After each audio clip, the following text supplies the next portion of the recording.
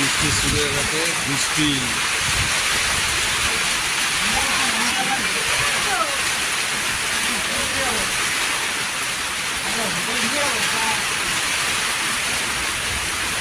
Hotel ভিজে যাচ্ছে।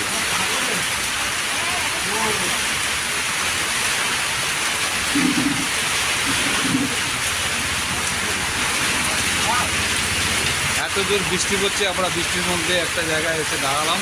আমরা সকালবেলা 10টার সময় বাড়ি থেকে বেরিয়েছি, বেরিয়ে এখনও একটা জায়গায় যাওয়ার ইচ্ছা আছে, কিন্তু যেতে পারলাম না। এখন আর বেশি না, মিনিট 5-7 দরকার ছিল, কিন্তু তার আগে বৃষ্টিটা নেমে গেল।